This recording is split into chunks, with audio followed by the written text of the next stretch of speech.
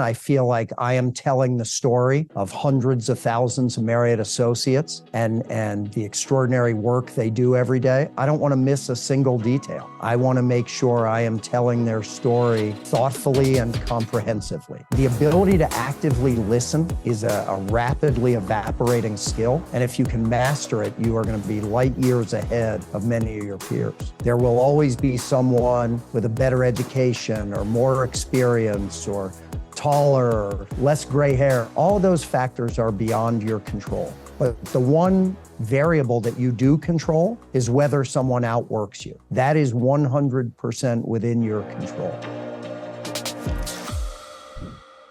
You're listening to part 2 of my awesome conversation with Tony Capuano, the CEO of Marriott International. If you haven't yet listened to part 1, be sure to check that one out first. Without further ado, here's part 2 with the amazing Tony Capuano. I'm a big believer in work ethic. It's probably the most important determinant of my success.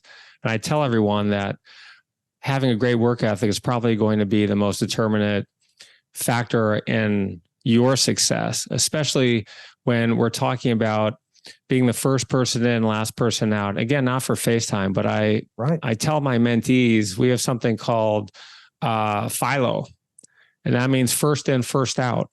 And I tell everyone, no matter where you work, if you're that person, Mr. or Mrs. Philo, you're going to have an incredible career. And I remember I was an unsuccessful lawyer, had an opportunity to be the assistant to the chairman for a Forbes 400 person, Eli Broad, and I'd already met with him. And now I was told that Jay Wintraub, who was a former person in that role, wanted to meet with me as well. And he was going to call me. And my phone rang at 7 a.m. and I was in my office at the law firm.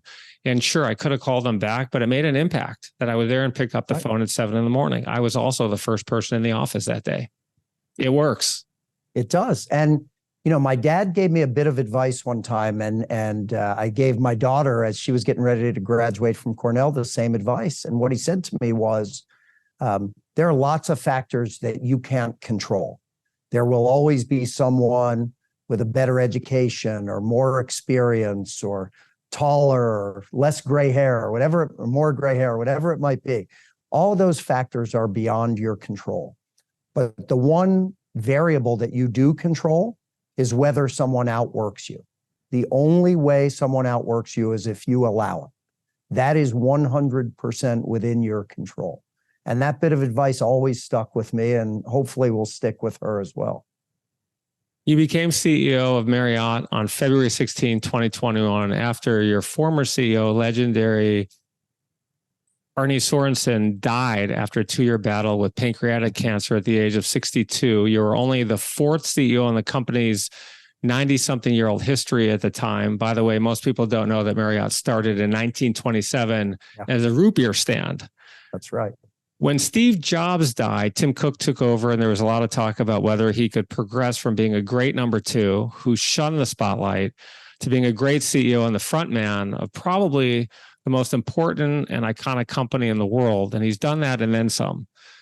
You've done the same thing, and you've had to follow a legend. You've done an incredible job. How hard is it to follow a legend and take over from someone who was so universally loved by everybody? Yeah, it's a interesting set of questions. Maybe I'll try to answer it a couple ways. Number one, for all of us, not only was Arne a generational leader, he was our friend, right? He was our mentor. He was, I talked about the humility of the company. If Bill Marriott's the most humble, iconic leader I've ever met, Arne is sure a close number 2, right? I mean, cut from the same cloth. Just a remarkable person as well as leader and friend. And he passed, as you point out, on President's Day in 2021. And I was appointed the following Sunday, so 6 days later. And when Mr. Marriott called me to tell me that the board had appointed me, one of the things he said to me, it was late Sunday evening, and he said, I know you are as devastated as I am about the loss of our friend. And if I had the ability to stop the world from spinning for a few weeks, so that we could properly mourn the loss of our friend, I would. He said, but you are going to have to somehow figure out not to suspend mourning, but to somehow compartmentalize your emotions. He said, and the reason you're going to have to do that is whether you like it or not, at 7 o'clock tomorrow morning, 800,000 people are going to pin a Marriott name badge on their lapel. And whether you're ready or not, they're going to expect you to lead them. And by the way, not lead them in a normal business environment, but lead them in the middle of this pandemic, which is the most extraordinary, perhaps existential threat that our company and our industry has ever faced. You know, and then he sort of laughed and said, so good luck with that. I'll see you tomorrow. And, you know, just a remarkable challenge. And that night, as you can imagine, I didn't sleep much. But one of the things I thought about at the time I had this conversation with Arnie, I clearly never thought it would be personally relevant to me. But right after we bought Starwood, we did what he called an around the world tour. And the whole leadership team of the company got on planes and we went and visited every Starwood office in the world to start to harmonize the culture of the two companies. And during one of the legs of that trip, he and I found ourselves together on a plane one night and we were chatting. And I said to him, do you ever think about the challenge that you took on of following Bill Marriott, this icon of the industry, his name's on all the buildings? I mean, what a remarkable challenge you took on, and you've done it so incredibly. And he said, when Mr. Marriott told me that I was going to succeed him as CEO, the one bit of advice he gave me, he said, Arnie, you were selected for this job because I believe Arnie Sorensen can lead this company. I think the only way you might fail is if you try to be Bill Marriott. He said, don't try to emulate me. Hopefully I've taught you a couple things along the way, but the only way you'll succeed is if you're Arnie Sorensen, right? I believe Arnie Sorensen has the ability to lead this company.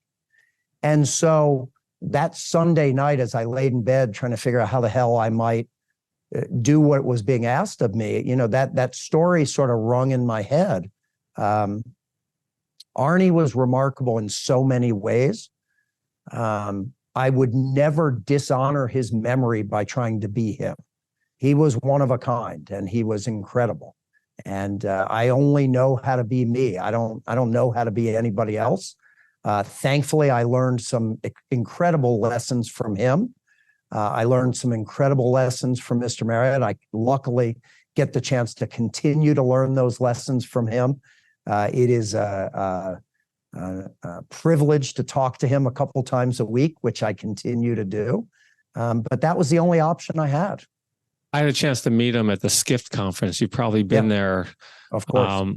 And I just went up to him and said, hi, I have a promotional products company called Color Card. I think we have 86 Marriott hotels as clients. I just want to thank him for all of the business. Of course, he didn't know the product. I gave him one and I sent him a nice note, email, and he wrote back within 2 hours, but couldn't have been any nicer. When I met him, he said, tell me more about you.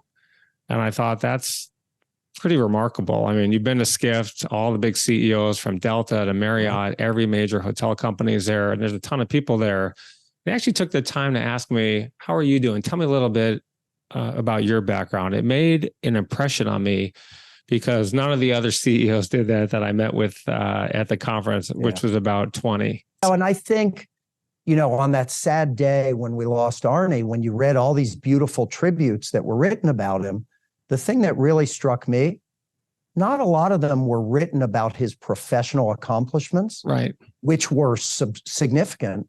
They were stories like the one you just told. And oftentimes when young professionals or students ask me for advice, one of the things I always encourage them to do is work on being active, engaged listeners. And on the long list of skills that Arnie had, that might have been his best skill. And you saw it in these tributes that were written about him. Somebody that may have spent 5 minutes with him in the lobby of a hotel or in the porte cochere waiting for their car. for those 5 minutes they spent with him, he looked them in the eye. He was not distracted. He wasn't thinking about his next meeting. He wasn't staring at his phone. He actually engaged for those 5 minutes. And as a result, that person left feeling like they had really connected with him, even though it was only a short interaction.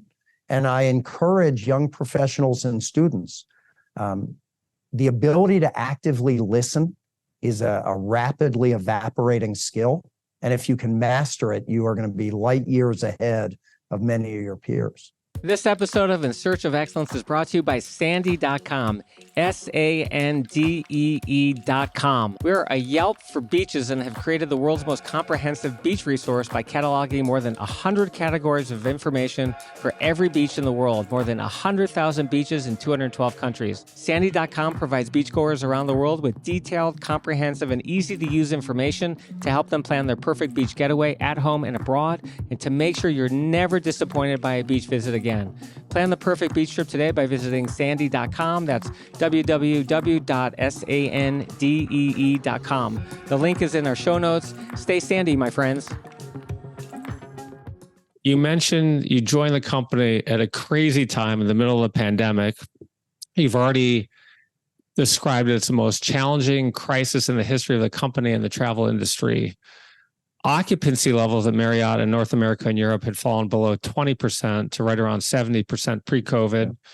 Revenue per available room, known as RevPAR, dropped around 90%. Your stock price went from $153 per share to $59 per share, losing more than $20 billion of market value. You posted a loss of $260 million in 2020, which was Marriott's first loss since 2009. And you drew down $2.5 billion of your $4.5 billion of credit. What were the biggest 3 lessons you learned from COVID, and how important is culture and team to our success? So, I mean, I think you hit on the first most important lesson. Core values and culture have never mattered more than in those dark days of the early days of the pandemic. Those core values have been the true north that have guided this company through wars, the impact of 9/11, the great financial crisis, and the pandemic. And there is a comfort knowing that when you're trying to feel your way in the dark, it's those core values and the strength of that culture that really you can lean on to guide you through those most difficult periods. I think the second most important lesson is the value of transparent communication. I am quite certain you've seen the video Incredible. that Arnie recorded for our associates in the very early days of the pandemic. Incredible. I am quite certain that video will be shown in business schools for the next 100 years. There is no better illustration of the importance of authentic, transparent communication.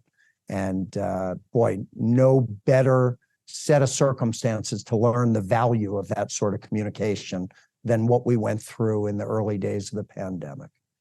And I would say, go ahead. No, I was just going to say third, I've been with the company coming up on 30 years. I have always viewed us as being, if we erred on the side of maybe being a bit conservative stewards of our balance sheet.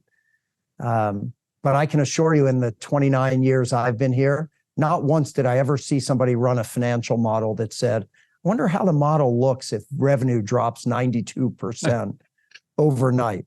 And so I think, the third lesson was really about the value of thoughtful stewardship of the company's financial position.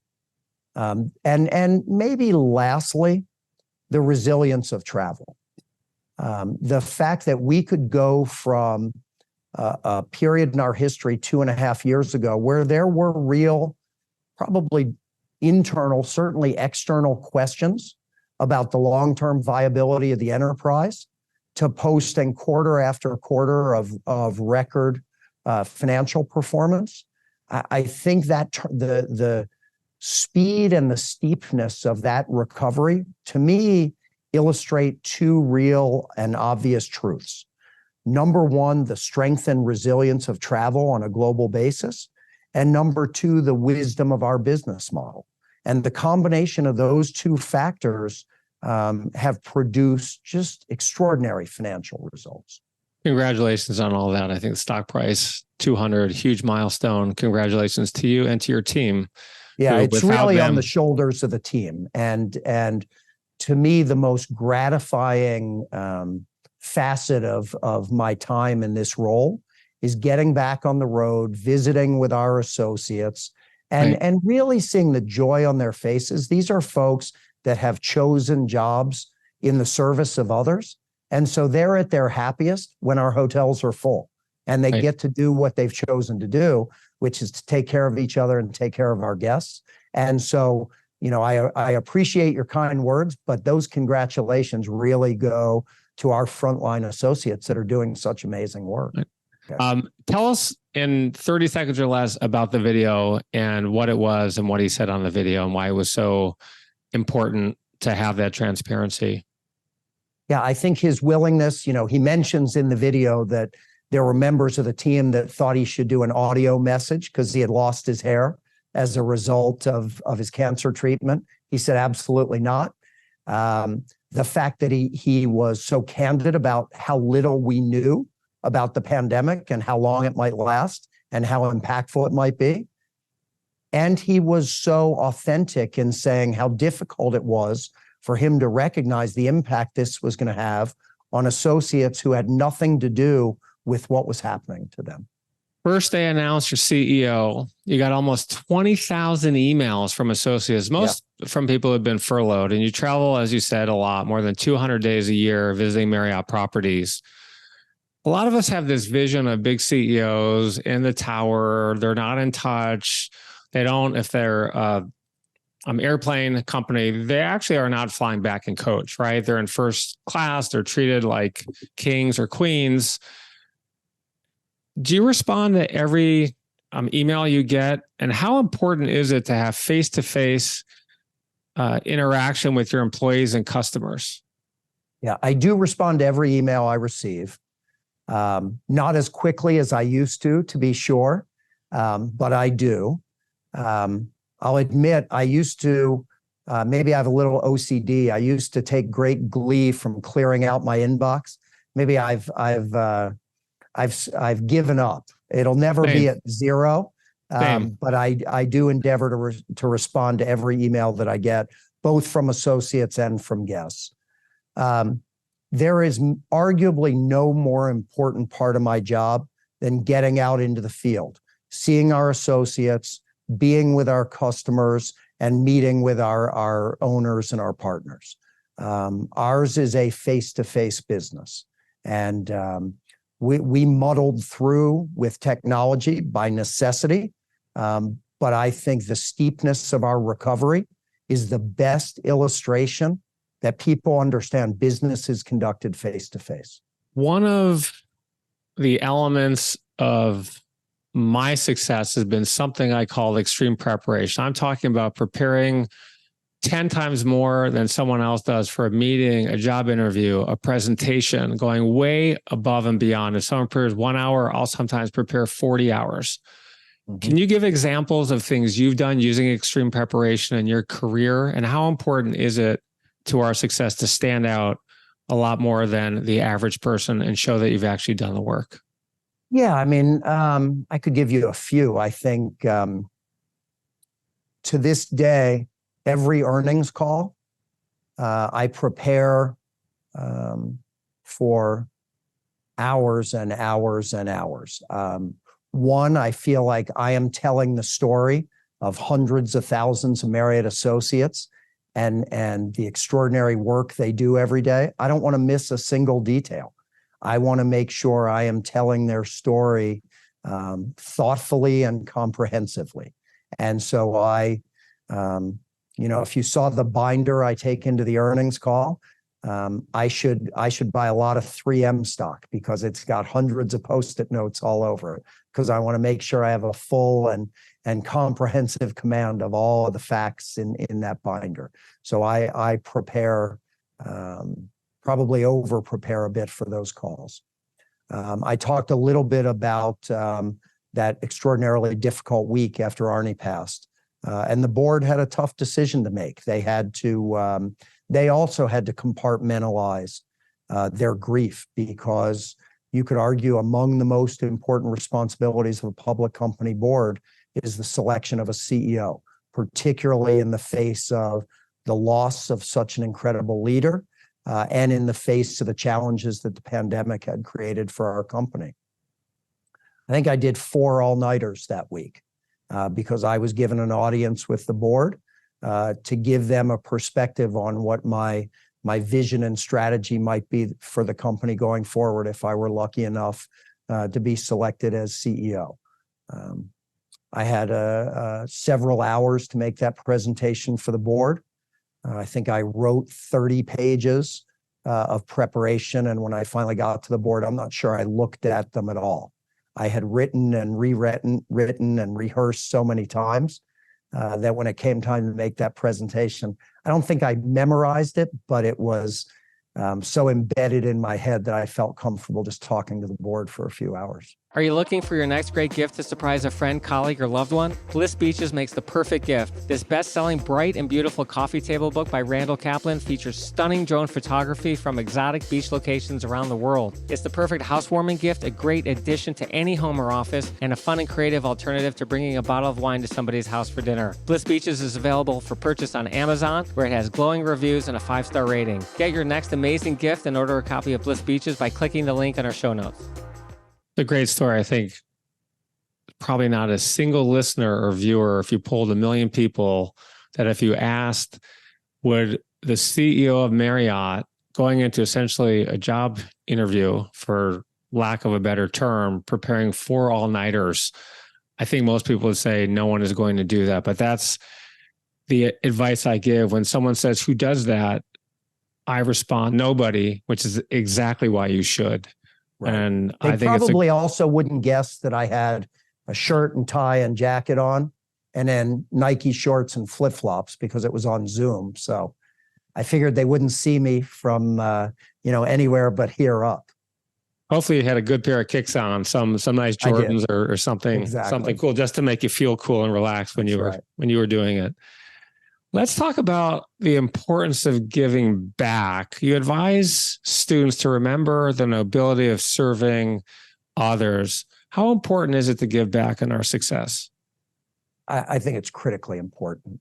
I think about all of the blessings that I and my family have, and I give an extraordinary amount of credit to Cornell and all that Cornell did for me, all of my professors, my advisor, the dean that was there when I was there, the career services office.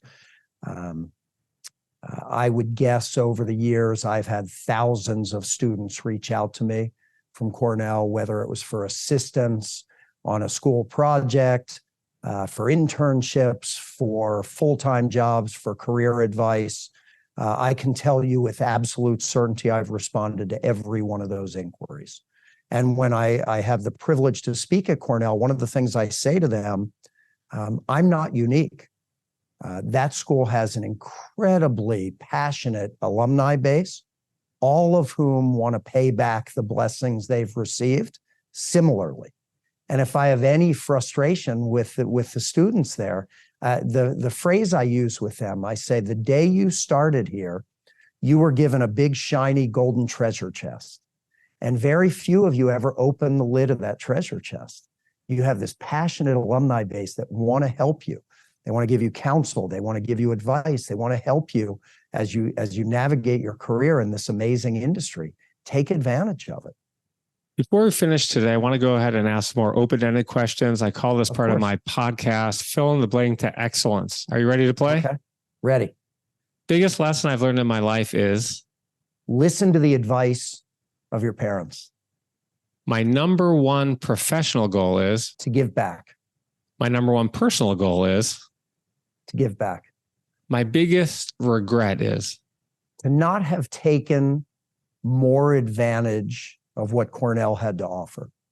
The one thing I've dreamed of doing for a long time but haven't done is? Get my pilot's license. You going to do it? I don't know if they'll let me. Maybe. If you could go back in time, the one piece of advice you would give your 21-year-old self is? Be humble. If you could meet one person in the world, who would it be?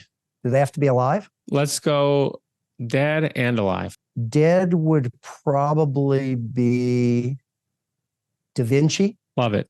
Alive would probably be Cal Ripken. Wow. I'm a Baltimore guy. All right. For those of the listeners and viewers who don't know, Cal Ripken holds the MLB Major League Baseball record for most consecutive games played. I don't remember, Tony, what it is, but I think it's 2148. 2148. I was going to say more than 2,000. Incredible. Yeah. The one question you wish I asked you is, why should a student that's trying to figure out what they want to do for a living consider the travel and tourism industry? And the answer is? I'm going to give full credit to my hero, Bill Marriott. Every year we do a senior leadership meeting, and one of the highlights of that meeting is some words of advice from Mr. Marriott. And in the middle of the pandemic, I sat down and did a little fireside chat with him. And I said, Mr. Marriott, our folks, especially in the field, have gone through just an extraordinarily difficult period coming out of the pandemic. What words would you give them to energize them as they continue to work through recovery? And he said, I'd remind them what a fun business this is. And he sort of joked and he said, can you imagine spending your whole career working for a box manufacturer? He said, that sounds horrible. He said, think about what we do for a living. He said, travel is such a fun industry. And if we do our jobs well, we end up being part of the fabric of people's lives. They celebrate the most important milestones of their lives with us. Their weddings, their anniversaries, birthdays, family reunions. And if we're doing our jobs well, we're making those memories even more significant for them. He said, what we do for a living is enhance people's lives. It's a great profession. Tony, this has been awesome talking with you. I'm grateful for the time you've given us. I appreciate you responding. I sent you a cold email and you responded right away. So this has been incredible. Thank you so much for your time and congratulations on all of your huge success. I'm looking forward to more great things from Marriott. Well, thank you. And thanks so much for having me, and good luck with your daughter's graduation. I'm going to send you some Kleenex. That was a blubbering mess. So get ready. Oh, me too. No doubt about it. Thank you. I have the privilege to do lots of these sorts of conversations. I know extreme preparation is a buzz phrase for you. Boy, did you do your homework. I felt like this is an episode of This Is Your Life. You dug deep. You did terrific research. You certainly were extremely prepared, and I appreciate it. It made for a much richer conversation. So thank you.